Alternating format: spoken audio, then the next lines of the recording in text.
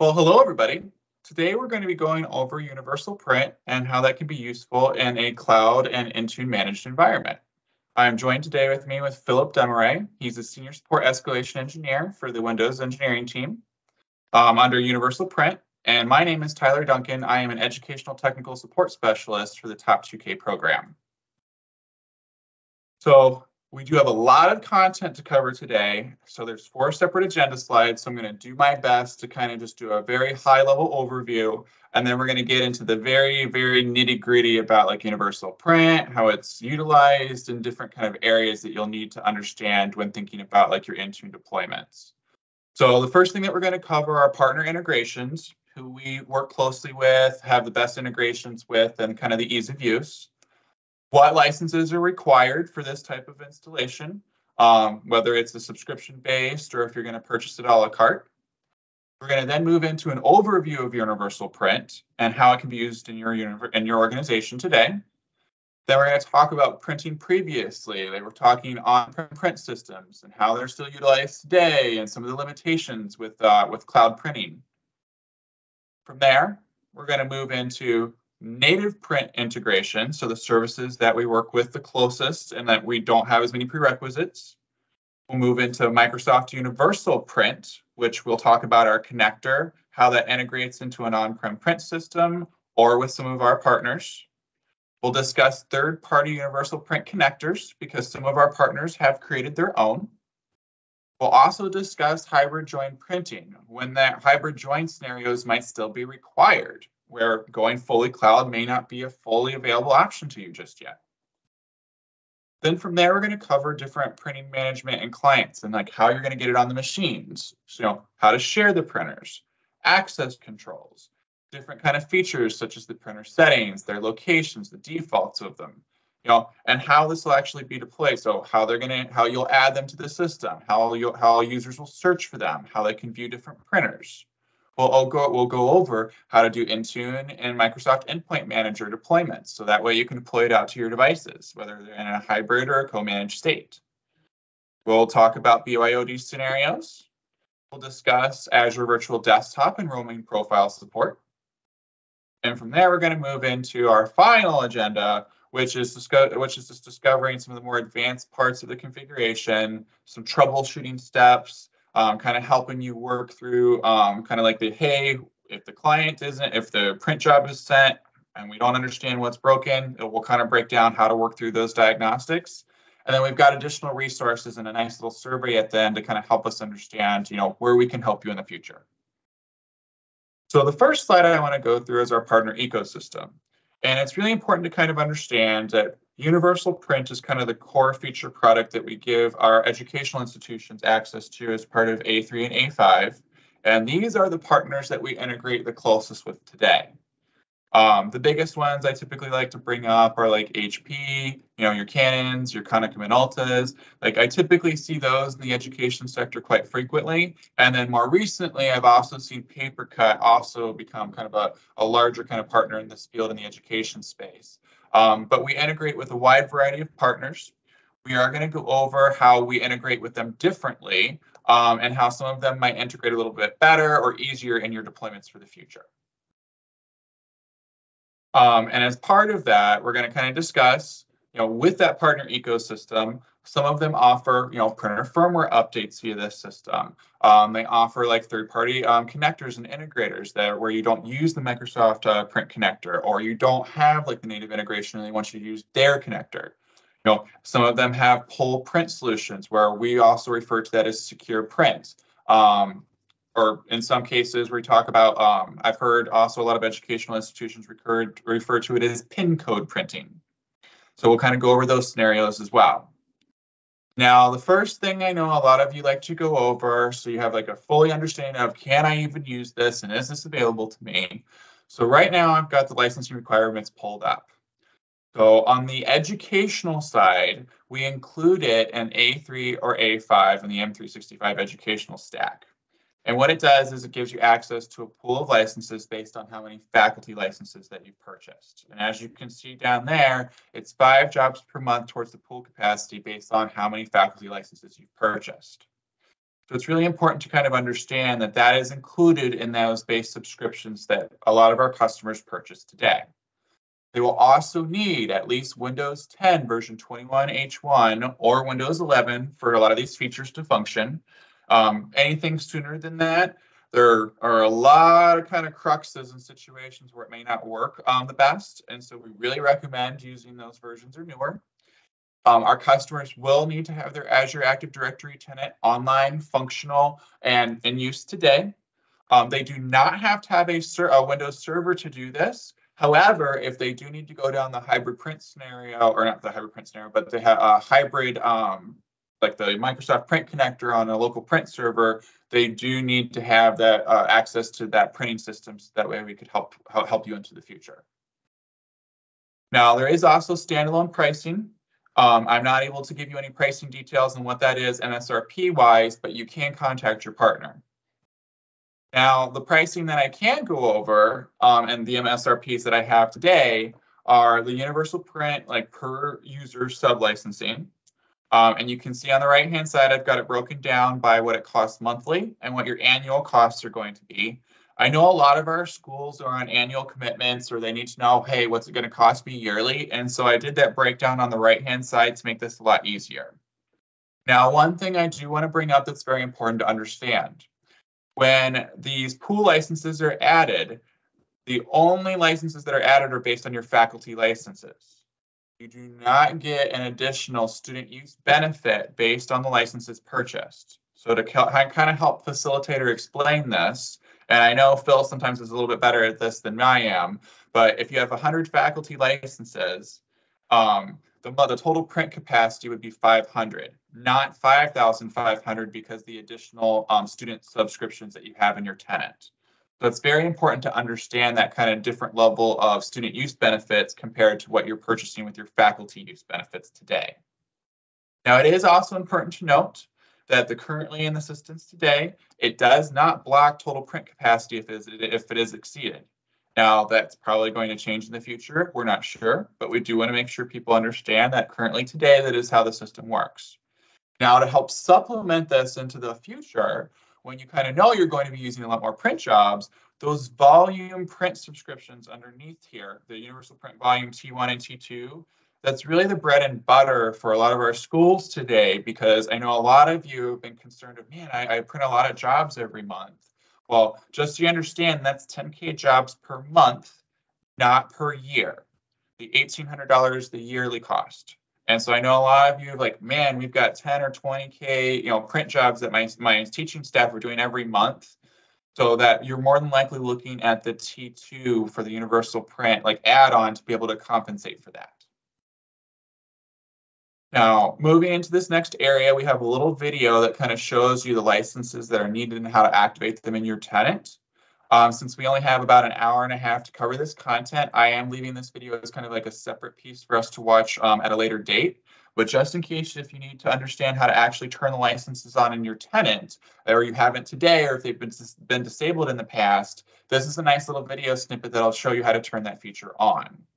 Now, it is one important thing to note that Universal Print is not available to guest accounts.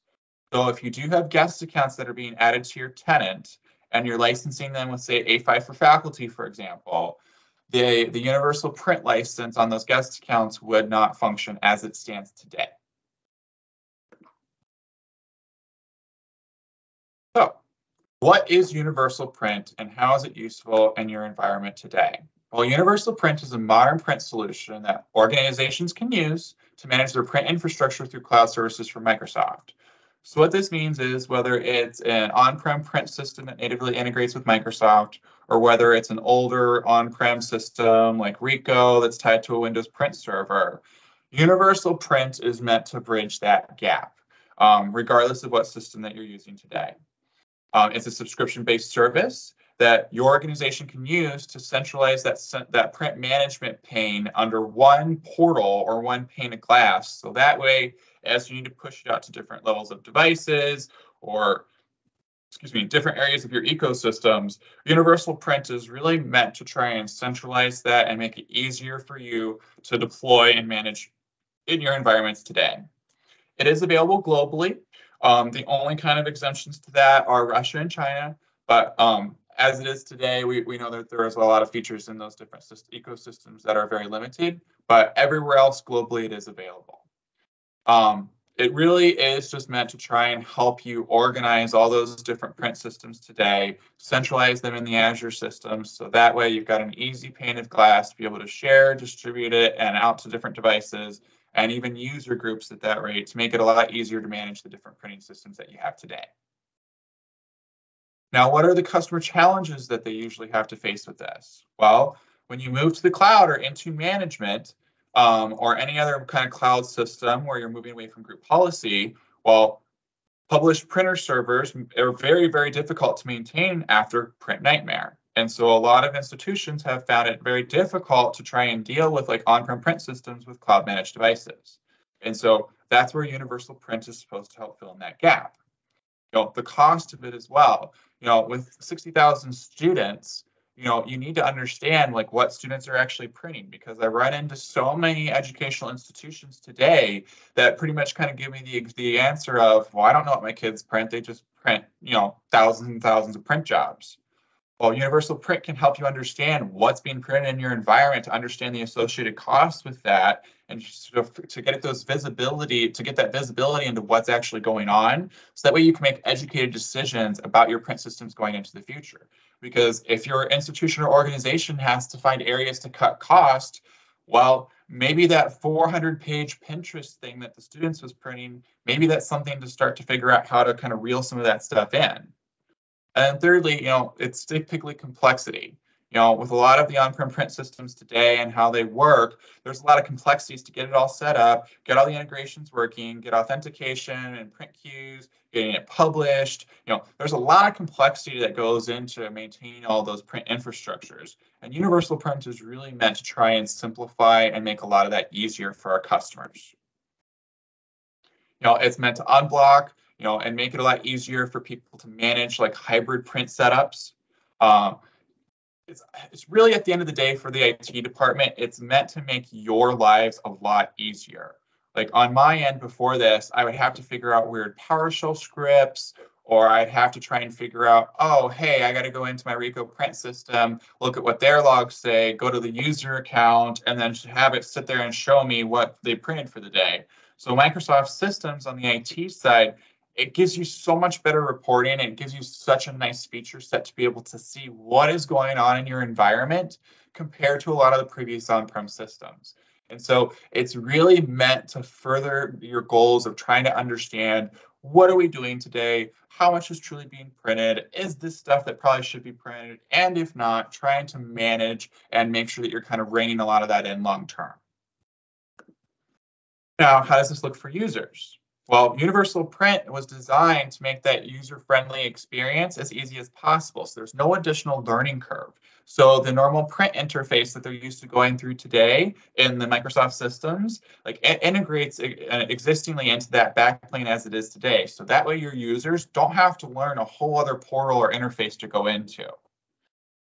They also still have the ability to view, add, and print-only printers that certain users have access to. So with Universal Print, and depending on the partner that you go with, like you'll have access to a lot of those same features that you did on-prem previously, to where users can go and see a printer that might be published, and it could be based on location data, or it could just be based on site code data, and they see those printers and add them themselves. It's a driverless experience. And so it makes it so much easier to manage a lot of that with our users going forward with the Universal Print systems. And the other thing that's really nice for some of our users that are very mobile, that sometimes just need to print while they're out at some of the buildings and have it ready for them when they get to their offices, Universal Print is really great for that. And a great use case scenario that I used to use this for, and Phil knows this, so I had my special educational department that was moved over to Universal Print. And a lot of their staffers were mobile. They had to go between all the different buildings, but they had one centralized building that they had to go back to at the end of the day to finish all their documentation and paperwork for their students that have, special needs and accessibility. And a big boon for them was the ability that no matter what building they were at, they were able to print all the various documents that they had access to at the buildings to their printer in their office back at the main building office. So that way, when they got back to that office, all they had to do was just put their badge up there and it printed off all the jobs. That way it was all nice and easy and ready to go for them once they got into that office. And so it was super nice to be able to have that ability that no matter what building she went to, she was able to still print back to that printer back at the main central office and have access to those print jobs. So it's really, really nice when you're kind of thinking about that. Maybe you have students that might be in a different state, or they're doing online learning, but the teacher requires some sort of like hand-in printed document, and the students could send that printer over to the school and not actually have to be on premises. So it's really kind of amazing to kind of think about that prospect for our teachers and our students going into the future. So how does universal print work? Well, if you see this kind of diagram right here, and I'm going to try and do my best to break this down, we've got the universal print service that runs atop Azure Active Directory. So understand from my identity perspective, it's using the UPN, the user principal name. And from there, that's what connects down to your Windows clients. And that could be co-management, that could be Intune and Autopilot. And that service connects to your Universal Print Ready printers, or it connects to Universal Print Connector, depending on what type of avenue that you've gone down.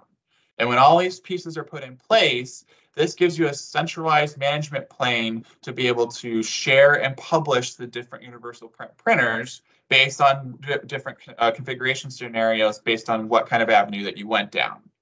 And so it's just really kind of nice to understand, like, it's a cloud-based service that allows you to tap into your existing on-prem infrastructures as well as newer print systems that you might be purchasing that are just natively accessible to Universal Print. And it gives you one single pane of glass. So for the first, with really nice native reporting. So really, really nice kind of feature set for our educational staffers today. Now, there are different layers of hardware compatibility with this, and we're going to be going deeper into this later in the PowerPoint presentation. But it's really important to understand that different partners and different hardware have different levels of options available to the Universal Print client. And that might depend on whether you have a native, a third party, or you use the Universal Print Connector. It really just depends on what your environment looks like today. Now, Universal Print is based on Mopria, and Mopria was originally founded by Canon, HP, Samsung, and Xerox. But what you can think about is there were more or less a group of printing institutions that came apart and said, hey, we have to figure out something after Print Nightmare, because unfortunately, the typical driver model that we had before isn't really an option, because hackers have figured out how to use printer driver files to, as a standard user, elevate itself as an admin and wreak all sorts of havoc on different types of systems. And so Canon, HP, Samsung, Xerox came together and said, hey, how are we going to be able to deal with this type of situation, and what are we going to do? And so they came up with Mopria, and Mopria is an open source kind of service that it's called IPP attributes. And what it means is that the attributes of the printers are published in such a way through this Mopria service that the system knows what the printer is capable of without having to install a driver on the local machine. And so kind of think of it as like a kind of a directory that says, hey, this is this printer, this is what it's capable of, this is where it's located, this is what it can do, here are the trays that it has, the color types, the paper sizes that it can do, its finishing options, and it's got all of this published into this Mopria system and a driverless model, so that way it's easy for you to publish and make available to your users without having to worry about the whole Print Nightmare issue. Now, the one downside to this, though, is because obviously this is an open source initiative and people are working towards this and companies are working towards this. Not every partner is as far along in the integrations. And so sometimes with some partners, they might not have full features available that others might. And a good example of this that I can bring up is when I was going through this with my Rico integration, Bill and I had a huge issue with the way that the system with the Ricos and how they were reporting. They had this like architectural diagram tray that was a separate little add-on thing. It was only on one printer in the whole district. And for some reason, it always would say paper tray size mismatch whenever like that printer was printed to in that tray. And so that was the one limitation that I had to make sure that my users understood that, moving over to that method, the universal print methodology and moving into that system, that would be one feature that wouldn't function. And I ended up finding out that it wasn't a big deal because it was only one person in the entire district, and it was the operations director. And the only time that he used it was to print out architectural like design diagrams for the buildings. And I ended up finding out that he really didn't even need that our printing department had also bought a separate architectural diagram printer, and they had all the full printing drivers loaded so that that way they could do very specialized things to the architectural diagrams. So that way we worked with a number of different partners, and they had to have it had to be sized very particular ways on the paper. And so the RICO system didn't have a very native way to do that, but the printing department did. So we ended up moving him over to having him send those print jobs over to the print department. And that use case scenario where they had that tray issue was no longer a problem. And so it's important to kind of understand there might be ways to kind of override maybe some of the system limitations that might be prevalent in some of our partners' product stacks today. So how does it work? So printers are registered with Azure and Universal Print Service up in the cloud. They are then shared to your users, and that could be based on device groups, user groups. It just really depends. The clients connect to Azure's Universal Print Share endpoint, which is up in the cloud. The jobs are then relayed from the machine's local print queue up to Azure. Azure then relays it down to your on-prem print systems and then prints it out. And if it's a native system, it'll print it out directly. If it is a print connector system, it'll send it to the connector, and the connector will constantly kind of ping out and say, hey, are there any jobs available up in Azure? And then it'll pull, and then every 2 to 4 seconds, it goes, oh, okay, there's a print job, and it pulls it down from Azure and then prints it out through your print systems. So it's kind of important to understand it's doing more of a pulling motion than it is a waiting type of on its own motion. So from there, everything is done over HTTPS connections. So it's very important to understand because I've had customers ask about this before. Well, if it's going up to Azure and it's printed, well, don't we have to worry about can't somebody see the file as it's transmitted across the internet? Well, they can see it, but they're not going to be able to read it because it's encrypted via HTTPS transmissions. So from that native security standpoint, that file is unreadable. It's only going to be serviceable by the connector on the other end. If somebody is able to snoop it, they're not going to be able to read that file. Now, what are some universal print benefits? The universal print class driver is inbox. It's native to our environment today. There's no additional print nightmare issues or things that you have to worry about, and the deployment is super simplistic. Everything connects to Azure. So all of your identity management systems that you have today that are connected to Azure, say you might have identity protection and you have policies in place that say, hey, conditional access, if they're a high-risk user, reset their passwords and stuff like that. All of that stuff is still used within the universal print systems today. They only need an Azure Active Directory account. You do not have to have a hybrid system in place if you don't want to. So I want to make sure we preface and understand that. So I know some of our educational institutions have fully gone to the STS implementation where there is no on-prem AD anymore. And they have some newer updated paper cut printers. Just to make sure you understand, you are able to utilize Azure AD in its entirety. You do not have to have an on-prem AD environment for this to function. And then it allows you to set these two security options, restrict driver installation to administrators and the RPC authorization level privacy enabled to 1, which are oftentimes recommended as part of a lot of your high cybersecurity initiatives today. And so I know a lot of you have been struggling on the tech director side of, man, this print nightmare is causing me all sorts of cybersecurity hygiene issues. I'm supposed to be implementing these changes, but if I do, then my users can't install printers. And so this universal print system gives you the ability to finally lock that stuff down so that you're compliant in those areas. So as a quick discussion point, I just wanted to break down legacy printing and how it used to be in the past, because now we've kind of discussed how universal print works, we kind of, in some cases, need to understand where printing began. So printing used to be you had an on-prem print server, whether it was virtual or a dedicated bare metal server that was running that was running our print services on top of it. And typically, how that would work is you'd have different printers across different endpoints at different sites that would connect back to that server, and you would add those printers and their drivers to that server. And then from there, in the Windows print systems, because it would be connected to your domain in Active Directory, you would then typically publish those printers to your Active Directory domain, and then configure your group policies to either force push out those printers when the user signed in, or to push out the different printers based on, like, if you wanted to make it available by location, or if you wanted to make it available for them to install themselves. And so the big problem with this was at the time, it was pretty revolutionary. It was great because you could centralize printing for the first time instead of having all these like random printers that would just be connected to a printer somewhere, and then you have to go over to that computer, drag the file over with either a flash drive or whatever method you used with your network attached storage, go over to that printer, print it, and wait a while, and then go back to your main work computer. This really kind of allowed us to centralize a lot of that back in the past. And so back in the day, this was a very, very great feature. It wasn't until, Print Nightmare that things began to become a problem.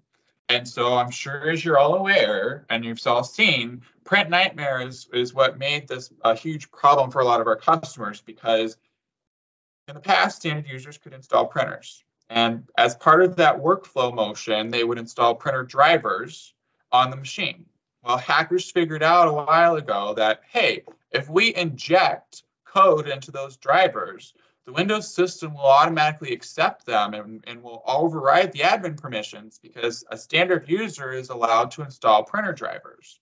And so they had found out a very sneaky way to how to kind of backdoor malware into our print systems. And so to compensate for that, Microsoft patched a lot of this on the server side and made changes. But as a result, I'm sure a lot of you noticed that allowing people to install printers of their own became a lot more problematic because of those changes. Now, some of you overrode the systems and flipped it back and haven't really worried about like if Print Nightmare hit you, and others of you went down the extreme path of I got rid of all my old printers and I replaced everything with a new print system. We've all kind of dealt with this differently, but just to kind of understand, like, that's functionally why not functionally why, but universal print is a great benefit, because it removes a lot of those risks that a lot of us dealt with that situation in the past. And so it just makes it a lot nicer for us in the long term. Now, from here, I'm going to have Phil kind of go over the different kind of methods of how to register printers, how to utilize them, kind of the technical know-how, and kind of the nitty-gritty pieces of this. So that way you can see what this will kind of look like in your environment, and then that way you can better utilize it into the future.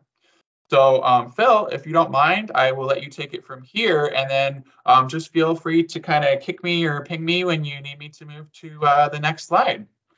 Okay, thanks, Tyler. So a couple of things just to clarify regarding Mopria. That's actually been around for a little bit, but it's what Universal Print is reliant on, and is actually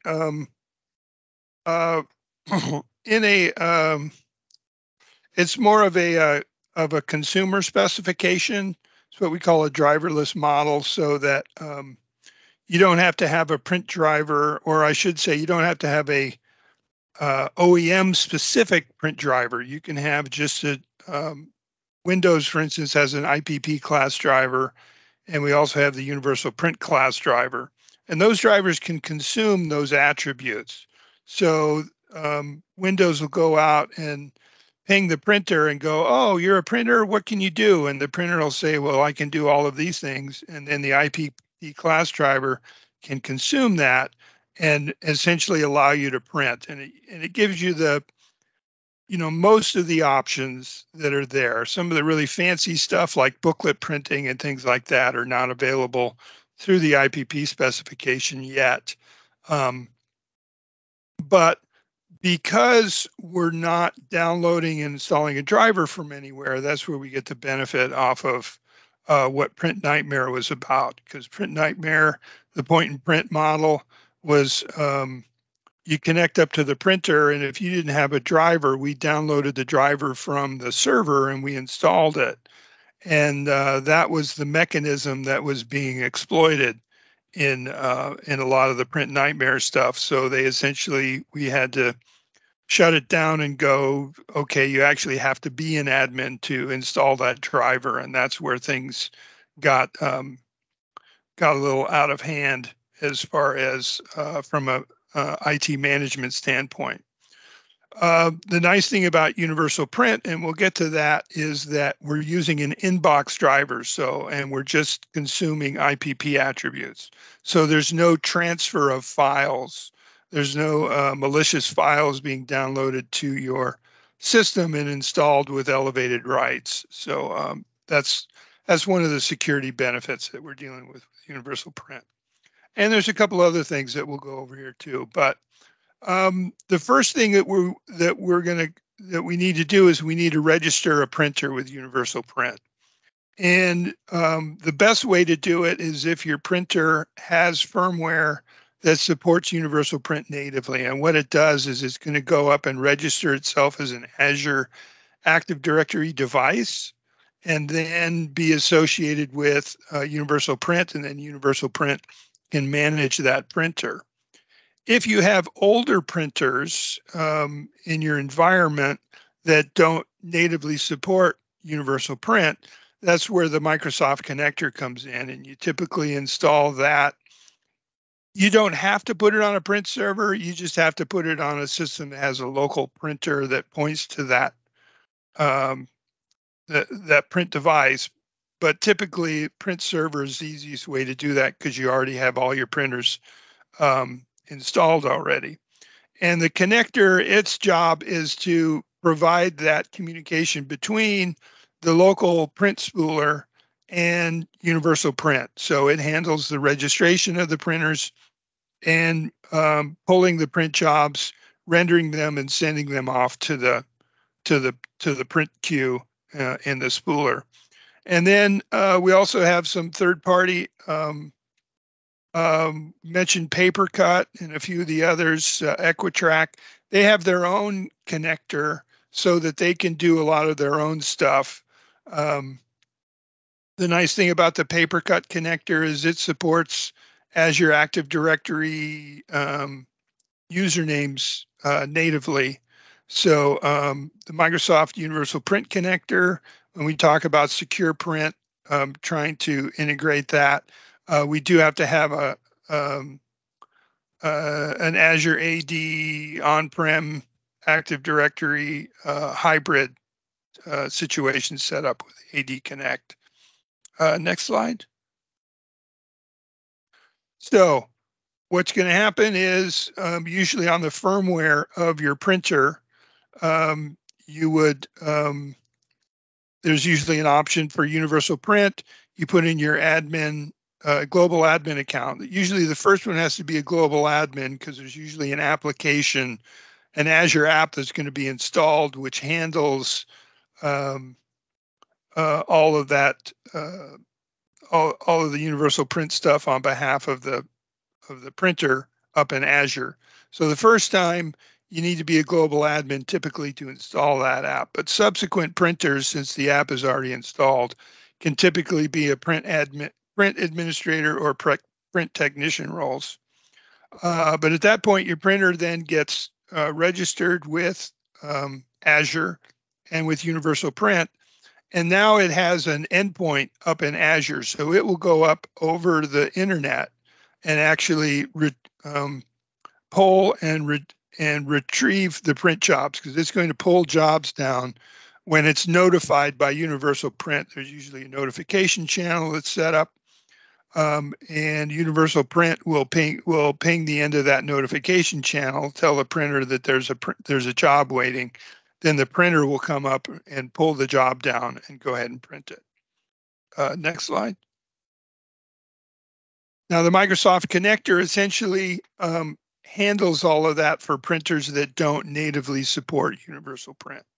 So, so what would happen is when you install, later on we have a video of installing the connector, but you install the connector, you register the connector with Universal Print, and then you will get a list of here are all of the local printers that you can register with Universal Print.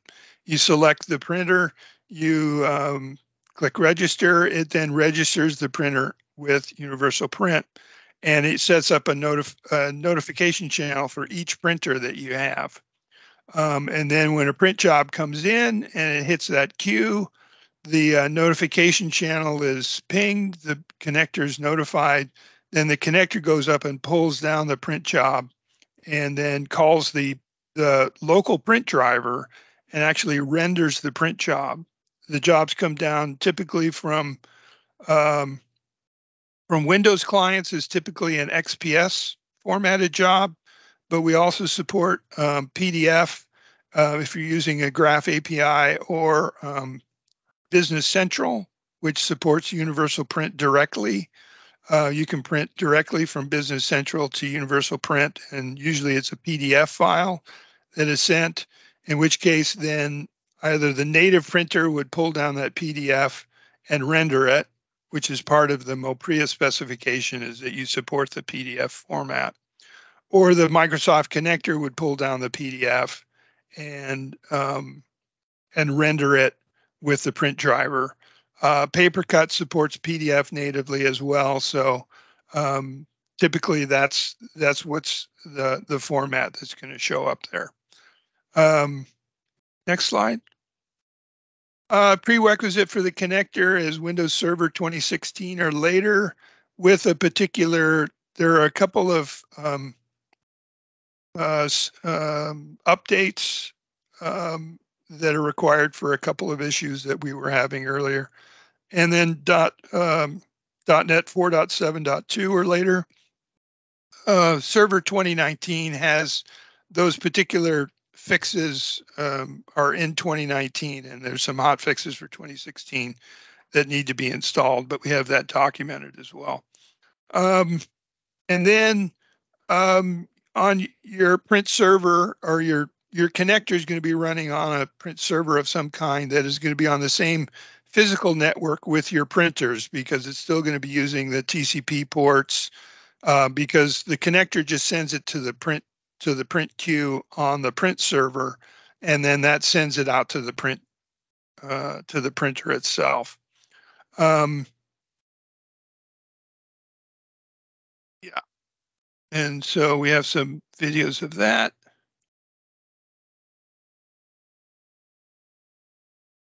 Next slide. Now, a third-party connector, they may have their own process, but essentially they do the same thing. You install the connector on a particular machine that has the local printers, or however they're going to do it. PaperCut has a follow me queue, in which case it does that. And then each connector has its own process for registering a printer, but essentially it does the same thing.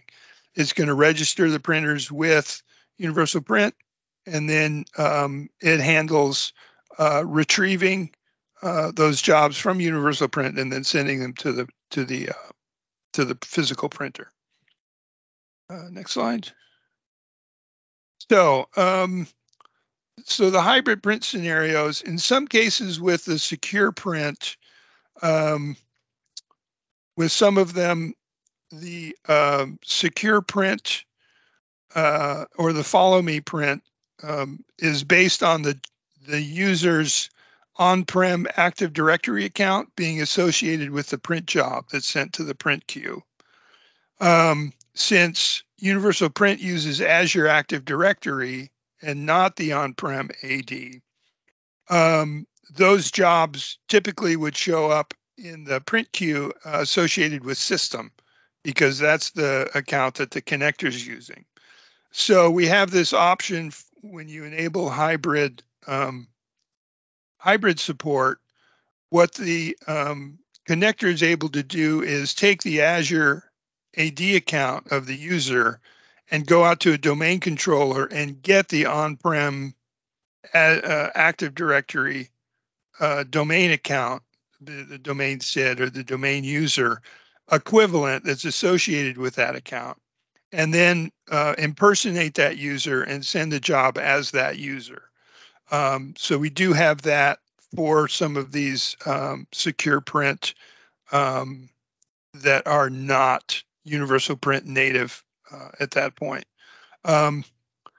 One caveat is that the clients always have to use the universal print class driver. So if any of this secure or pin print or anything like that is dependent on the client side using the actual OEM driver, that will not work with universal print because we have to use the universal print class driver on the client. But if the job is strictly from a secure print standpoint is based on the user account that is sending the job to the print queue, then this impersonation is what we have enabled for those particular situations.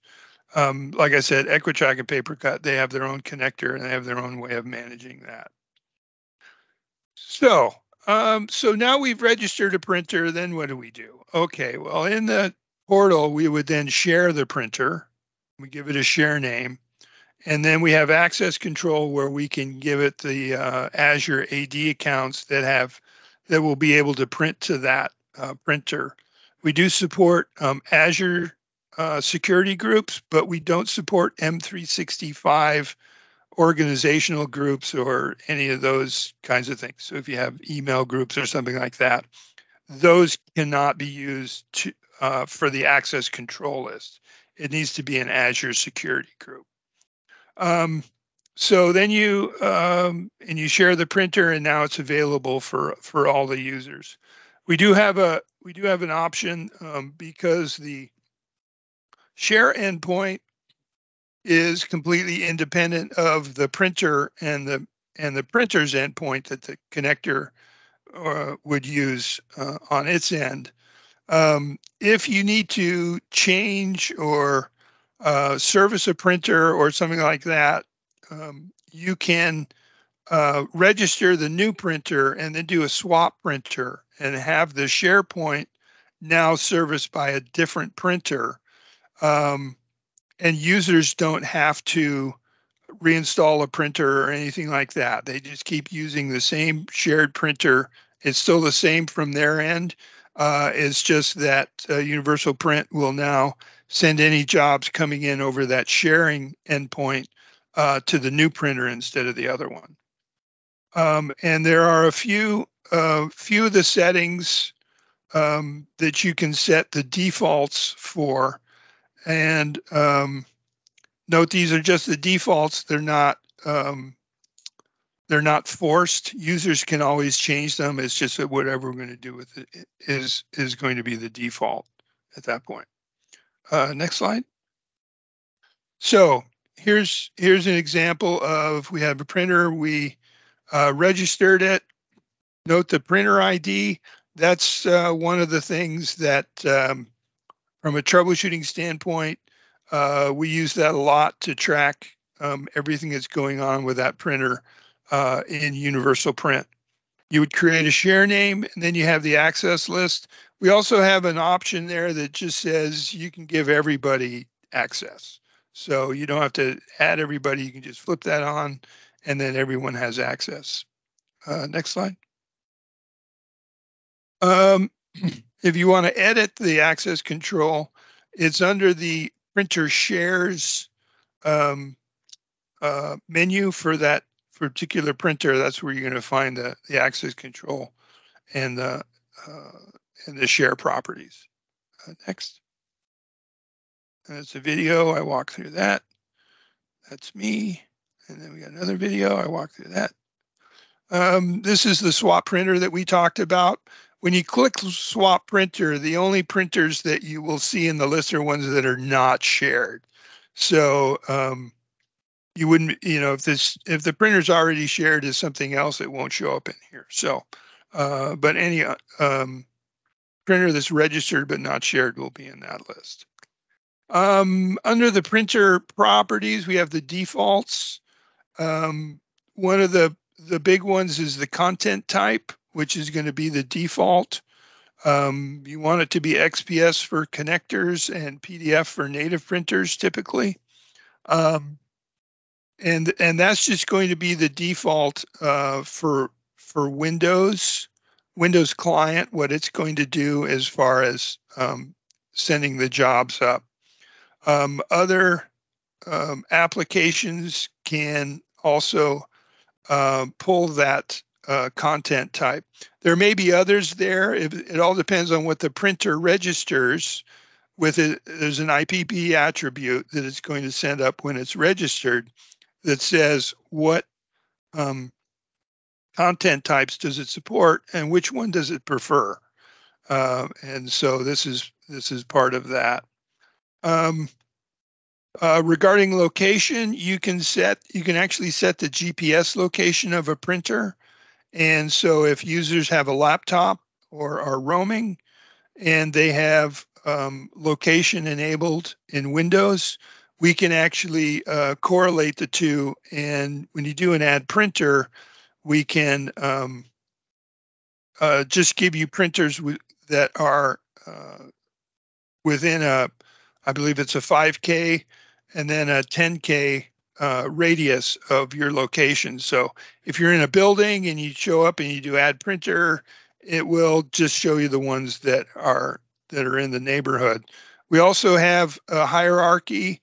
When you do the select a search location, this is similar to the same kind of tree that we had with on-prem. When you set the location and then it gets published to Active Directory and you do search for printers, you get that same kind of location hierarchy of building, floor, room, that kind of thing. However you've managed to define that.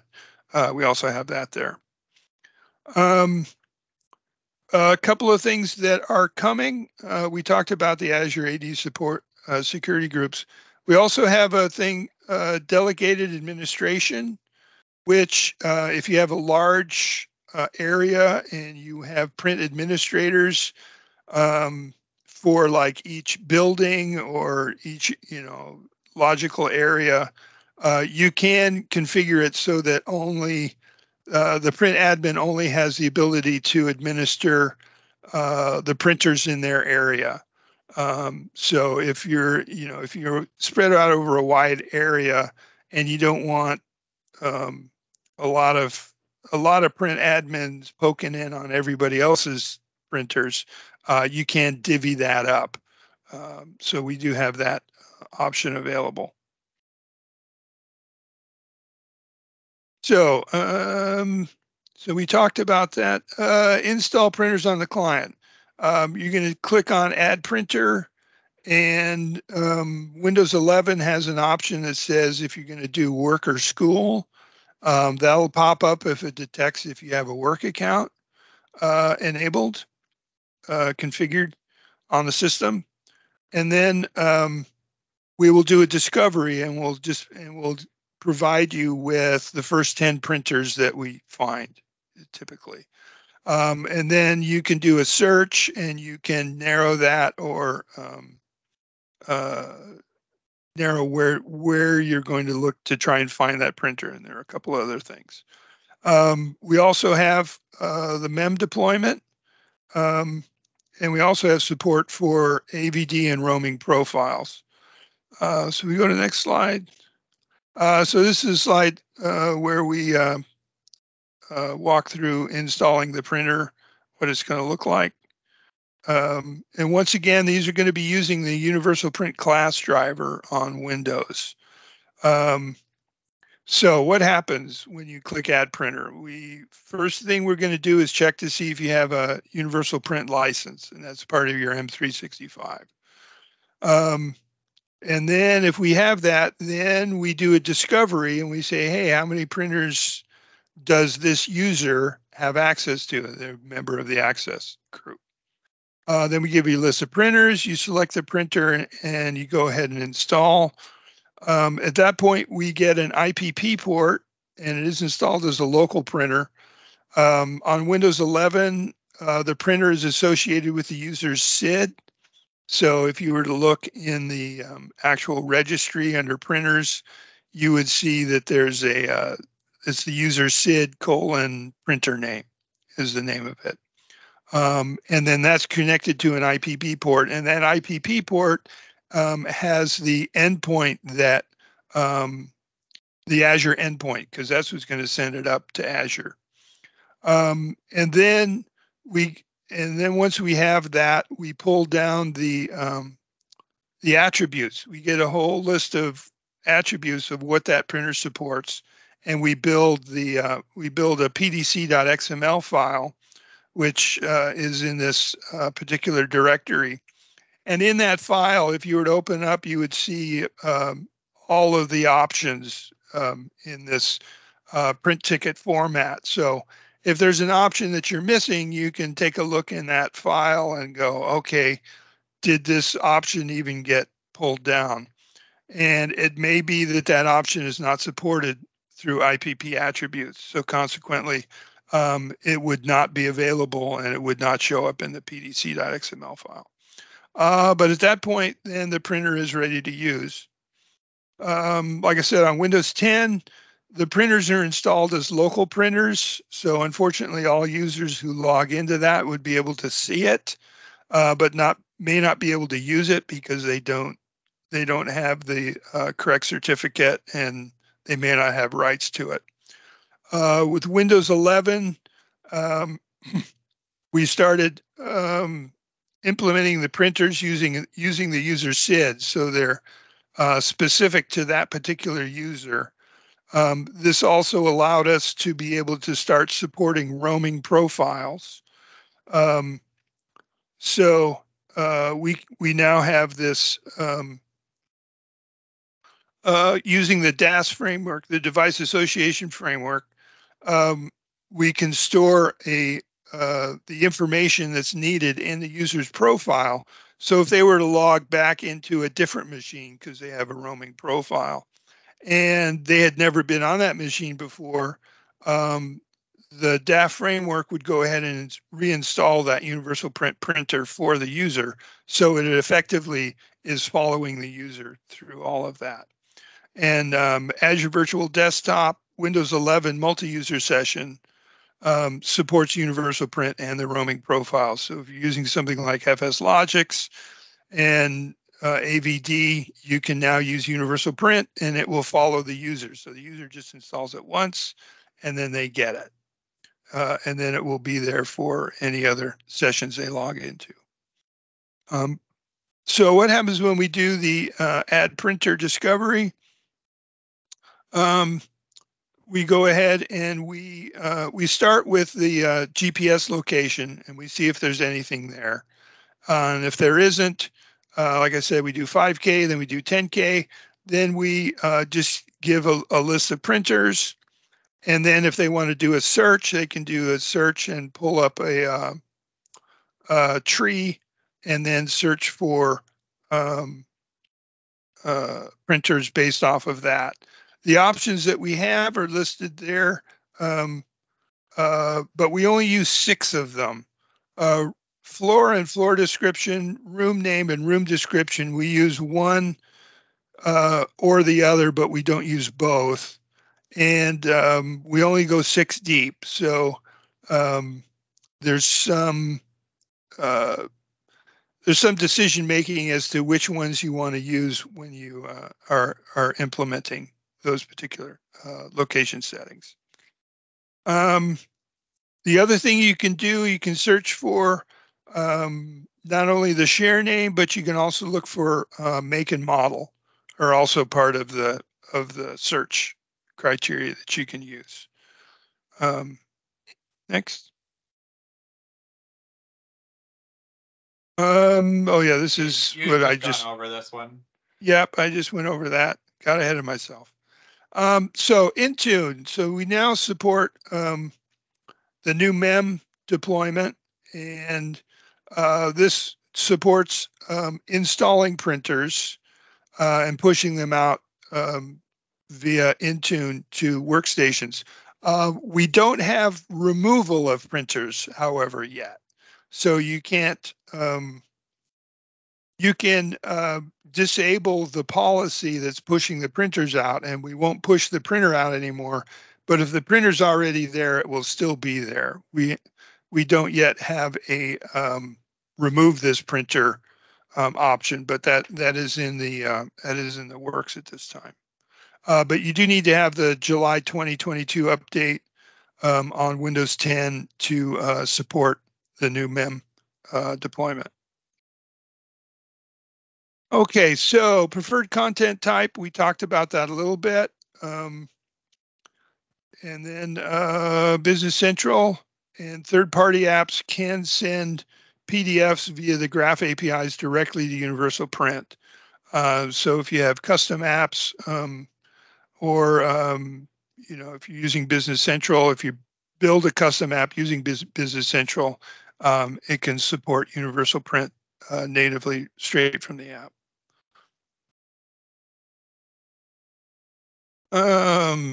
So bring your own device. The nice thing about this is that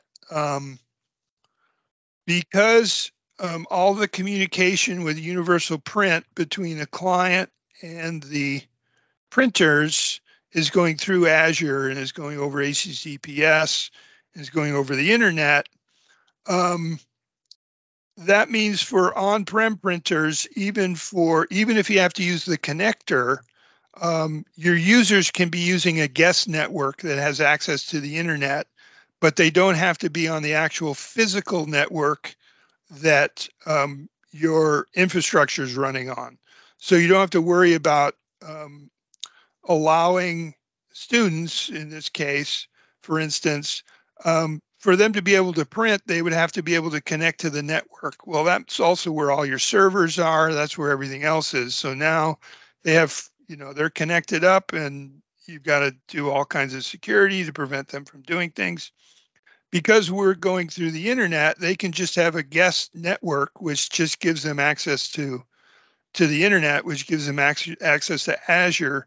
So their print jobs go up there, and then they're pulled down by the printer or the connector, which is actually on the physical network, and they go ahead and print. So you've got an extra layer of security there and you don't have to worry as much about that. So users, and if students have their own system, they just add their work account.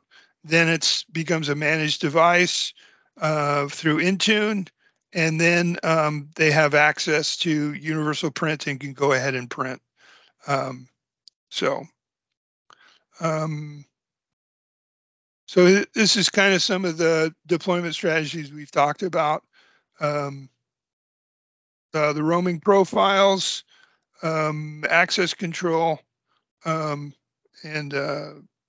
like I said, with the other part about this is there's no need for a VPN between buildings, for instance. If you're in one building and you want to print to a printer in another building, once again, you don't have to be on the physical network across the whole area. You don't have to use a WAN or anything like that. You're just going up to the internet, you're sending it to Azure, and then Azure is sending it down over the internet to the other place. So you've got a little less management going on there. Next slide. Demo. I think this is back to you, isn't it? Yep, this is back to me. Okay. Thank you so much, Phil. I really appreciate that. And I'm sure we'll talk a little bit more at the last few slides. But yeah, so this part of the presentation, I just wanted to really show our users what this looked like. And so that we're going to show you what this will look like for a user that is using Universal Print and installing a printer for the first time. So as you can see, it's the same interface that we're used to. I'm going to come in here, refresh, see the cloud printer, add the device. It comes in and installs it locally on the machine. It shows that it's ready. We come in here, we can see that we've got a PDF document that we want to print. Come in here, and it shows up in our normal drop-down menu as an available printer. Select that print job, and then we can select our other options. Remember what Phil was talking about earlier based on those IPP attributes that the printer has reported. And so it shows that this one supports color. So I want to print color. Come in here, switch that, and you can see that now it lights up on the right-hand side. It spools up that print job, prepares it to be set up to Azure. It gets up to Azure, it becomes available. The print connector on-prem, if you're doing that situation, will start pulling it down.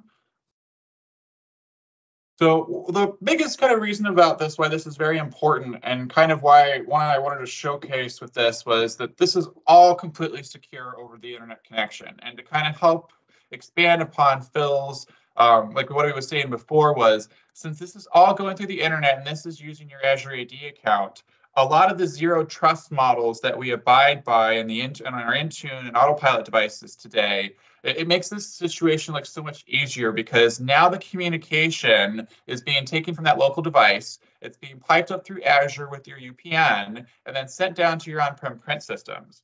And that's just a very nice experience overall because we don't have to worry about, man, I'm not sure if I've set this up right and then they try to print it. Is it secured? Is it set up the right way? Like our systems just make that so much easier to be able to implement that and make it available to your staff and students. And so I just really wanted to showcase that from a security perspective, Universal Print is really kind of taking that initiative to truly make sure that those print jobs and everything that you're taking care of in these environments is protected.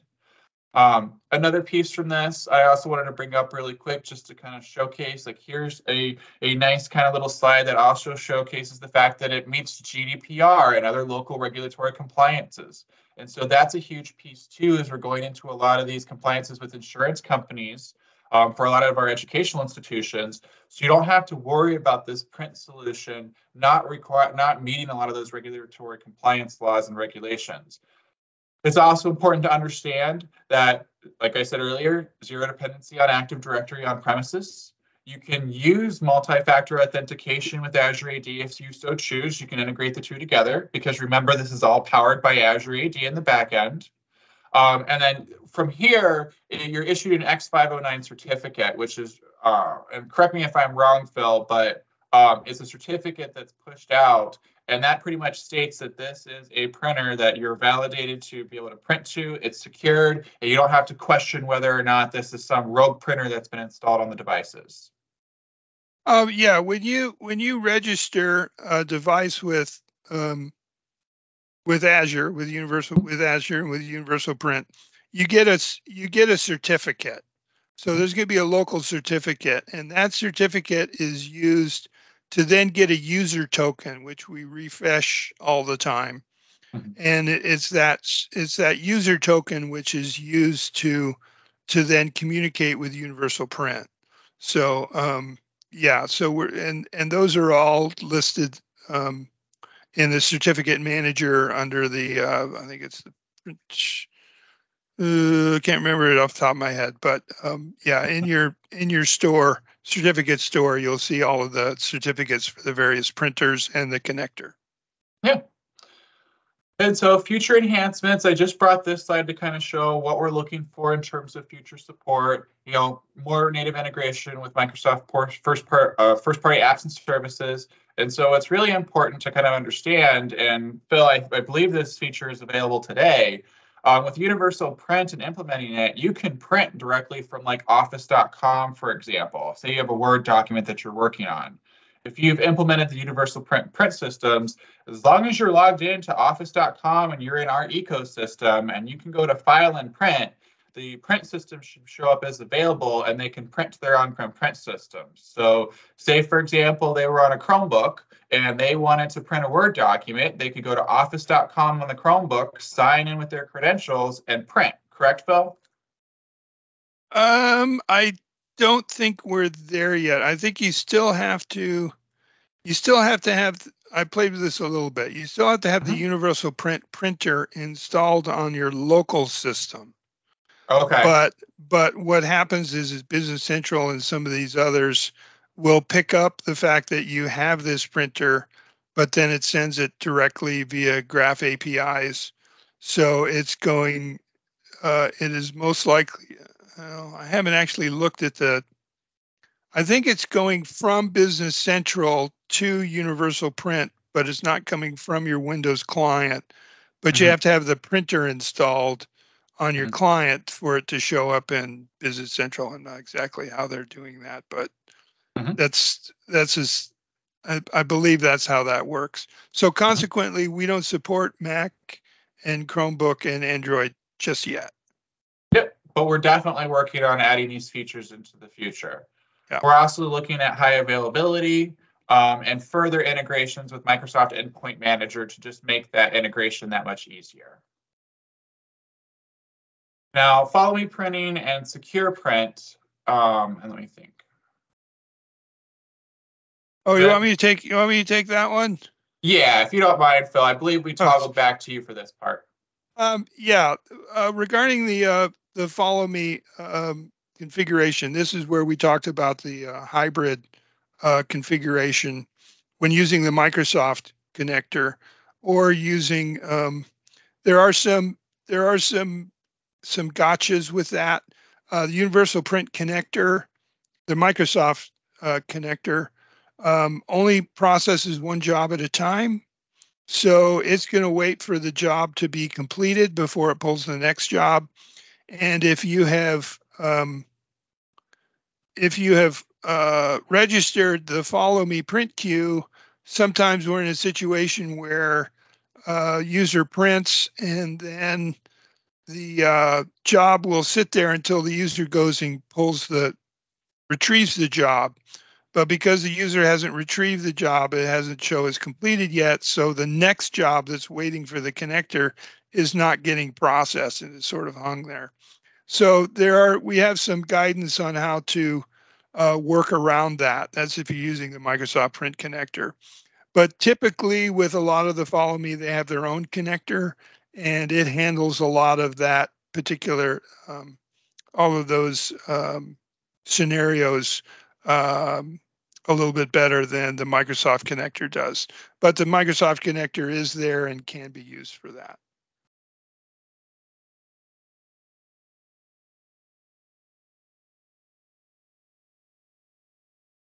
Oh, so this is part of this. So what we would do is we would use a non-managed print queue that forwards the print job to the managed print queue. So this would be on the print server that's got your secure print enabled. So the non-managed print queue is the one that we register with Universal Print. And that non-managed print queue is configured from a port to point to the managed print queue. So it might be just, whack whack server whack share of the managed print queue. And then what the connector then pulls down the print job, renders it, sends it to the non-managed print queue, which forwards it immediately to the managed print queue, and then reports back to the connector that the job is finished, is completed. So the connector will pull down the next job and just keep retrieving processing all those jobs. Whereas they would all just then show up and just sit in the managed print queue waiting for the user to retrieve the job, which is typically how it works when you're using just the on-prem print servers. So that's kind of the thought pattern behind that. If you're using the Microsoft connector along with a secure print solution of some kind. It does, but once again, it's usually reliant on the user's AD account. So we have to have that impersonation enabled, which means we have to have the AD Connect where you do the syncing between your on-prem domain and the Azure Active Directory. So you're using a directory synced account.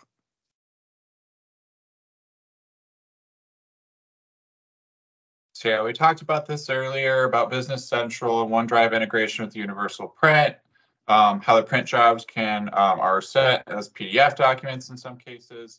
The native printer needs to support that PDF format, and then the connector will render that PDF file using the print driver. So this slide just kind of shows you like kind of the different integrations and one area that might be very useful for you in OneDrive in terms of printing things. Now, the next slides that we have are in terms of troubleshooting, and I'll let Phil kind of talk about these more in depth as well. But this is when we get to the stage of we've got the printer deployed, we've got it installed, and now we're trying to understand, hey, why isn't it working? Right. So, the first thing that we usually do when we're troubleshooting is we want to see how far the job went from point A to point B. So typically, if the printer's installed and we click print, in the portal in the properties of the printer, there's a jobs queue, and you can see all of the print jobs that are coming up. So the question is whether or not the print job is showing up in the portal. If it's not showing up in the portal, then we're going to be looking at the client and what's going on there, and then we're looking at, does the user still have access to this printer? Do they still have a license? Because sometimes what may happen is the printer's installed, but then all of a sudden they don't have access to it anymore because they were removed or something. So anyway, we have some tools and some tips on that. We have a page on the site about troubleshooting universal print where we have some basic steps to go through. If it's in the, oh yeah, okay, so here we are. I didn't realize I had different slides here. Okay, so if you back up. Yeah, we broke it up so that way in case Okay. customers wanted to break it down based on the specific pieces. Sure. So if you back up a slide. So, possible clauses, client doesn't have access to Azure, user no longer has a license, or the user no longer has access to the UP, or the UP printer is not shared anymore. Or there may have been a problem during the installation where we didn't get all of the proper IPP attributes downloaded. So we ended up kind of with a default, and it doesn't have all of the necessary attributes because the print job is built using all the attributes that are in the pdc.xml file. And Universal Print will look at that and validate that print ticket on the way up. And if it's not valid, we won't even send it to the jobs queue. So there's just some things to look at. Next slide. Some of the stuff we look at is we look at the application event log, a fiddler trace. We have steps on that on how to gather that on the troubleshooting website, and also looking at the pdc.xml file just to see if it's valid. The fiddler trace will often tell us, if there are problems getting to the print.microsoft.com endpoints, if there's any problems there. So, yeah, and the one thing I wanted to kind of showcase with this too, as I'm helping our customers with their proof of concepts and bringing some of these features online, it's really important that if we are having issues to record this information so we can get this submitted to Microsoft support, because it'll make it a lot easier for the analysis on their side. So it just overall will make it easier for us to help you with that support ticket. So if the job is in a pending state, it means it's waiting to be picked up, in which case it's the responsibility of the printer or the connector to retrieve that print job. So at that point, we need to be looking at what's going on there. If it's a native printer, there's not a lot we can do from the Microsoft side, except for, is the printer on? It's not in a sleep state or anything like that, and it's getting a notification.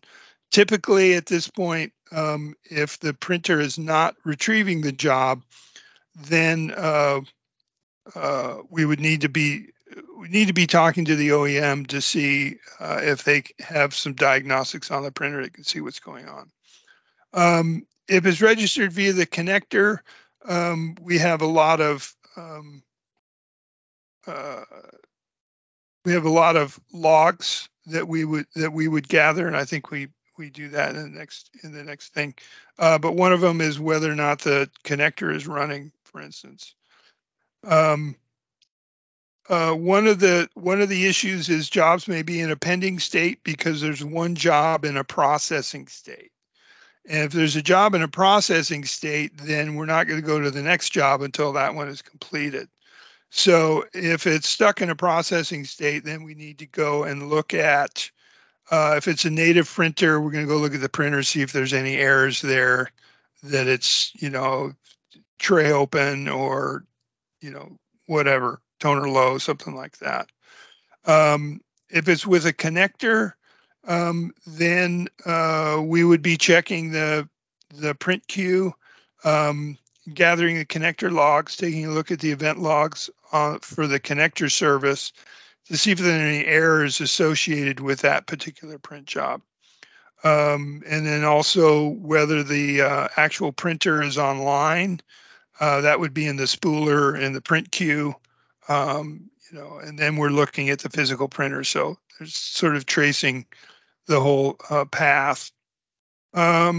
With the following print queues, this is where, for instance, when we talked about the print job is in the queue, but it's paused and it's waiting for the user to come retrieve the job. That would be an example of the job sitting in a processing state in the portal until the user goes and retrieves the job. Then it would be completed, and then the next pending job would then be processed at that point. The other thing is size of the print job. It may just be, sometimes it's network latency, just causes things to take longer. Also, rendering large jobs may take a long time on the connector as well. Next slide. The print output's not correct. This is typically a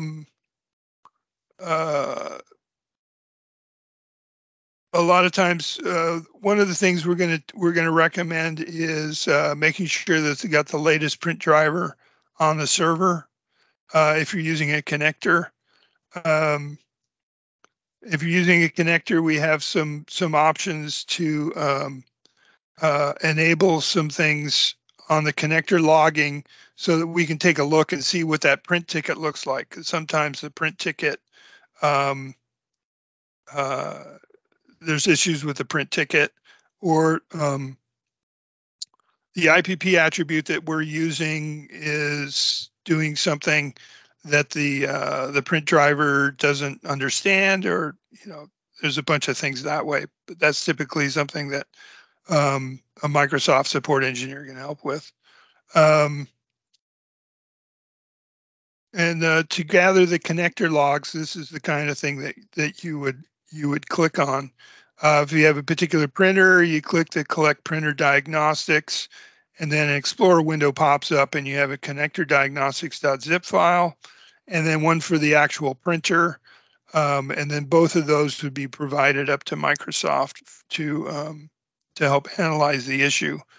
Did I talk about the files on the next one? Oh yeah. In the connector diagnostics.zip file, you've got the event log. It's going to pull the event log. There's also the local printer registry key. These are some of the things that I look at, so I can see the device ID under the cloud data registry key, and then I can go up and then I know which printer I'm looking for. Because like I said before, all of the tools that I use to look at issues, customer issues in the service are based off of the printer ID. So from a PII standpoint, all we're looking at is a GUID at that point. And then in the print specific log, this is the local PCPT.xml. That's a list of all the attributes that the print driver provided to the connector. Now that's a list of all the attributes, whether they're supported by IPP specification or not. It's just, these are all my attributes. And then the service PDC is the one that the connector, after parsing through all of the options that the print drivers has taken ones, because sometimes, for instance, if it has a tray 1, lots of different print drivers define that tray one in a different way. There's like a specific string that it uses, but the connector and the universal print service know that all of these different naming conventions equal tray one. So what we send down to the universal print client is going to be tray one. So we're always going to send the same tray one down to universal print. Then when the job comes back up again, we will reverse that process because we know which print driver it is. And we'll go, oh, when it said tray one, we need to use this for that particular driver, and we'll convert it back. So in here, you can take a look at, okay, if you look at the service pdc.xml, that should be the same as the pdc.xml file that's on the client machine. So you can compare those two to make sure they're matched. That makes sure that your client didn't have a problem installing the printer. And then you can also, compare the options that are there and say, well, where's my saddle stitch? Why am I not getting saddle stitch? Well, it may be because the local PCPT defined it in a way that we didn't understand, so we didn't add it to the list. So these are the different things. This is where updating your print driver to the latest version, because sometimes the older print drivers define them differently, or we didn't understand them. And we worked a lot with a lot of the vendors on universal print in many aspects. And so one of them is just to, getting to the latest version of the print driver addresses a lot of issues that way. Next.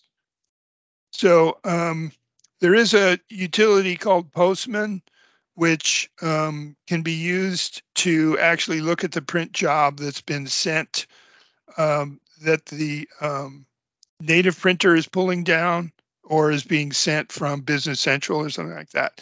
Basically, it just gives you a way of looking at the print job that was sent to Universal Print. If you want to look at it to see, I had one case where they were complaining about collation. Collation was not working, but they were printing from Business Central, and I used this particular tool to look at the PDF file that was being sent from Business Central to Universal Print. And it turns out it was being sent rather than as a 2-page job with copies equals 2 and collate being true. It was actually sent as a 4-page job already collated and with copies equals 1, and they wanted it uncollated. But there was nothing we were going to be able to do because it was already collated by the Business Central app. But without looking at the actual PDF of what was actually sent from Business Central, there was no way to really know that. So at that point, it was going back to Business Central and saying, or going back to the customer to have them talk to the person who developed their Business Central app for them. Here's what they need to do regarding how they're generating the print job. So that's the kind of thing that you can do with this tool as well. Next slide. Actually, Phil, that is all the of it? content for That's today. all the slides. Woo! Yeah, that's all the slides. We got through it. Awesome. Well, yes, so I know this is a longer presentation, but I really wanted to do a deep dive for all of us with Universal Print, because I know a lot of us are kind of dealing with this concept as we're going to like Intune and Autopilot and cloud managed devices. So this slide has additional resources available to you if you'd find any of these useful, like the universal print pieces. We've actually got a little universal print simulation on the bottom left-hand corner that you can use. Just kind of test it out and see what happens. We've also got access to the YouTube channel where this will be posted later tonight. And then, yeah, thank you so much, everybody, for participating. There will be a survey attached at the end of the PowerPoint that will be in the description of the YouTube video. So if you please wouldn't mind filling that out for future presentations, we would really appreciate it. But yeah, that's everything. So thank you so much, Phil, and thank you so much, team, and we really appreciate it. Yep. Have a great day, everybody. Bye.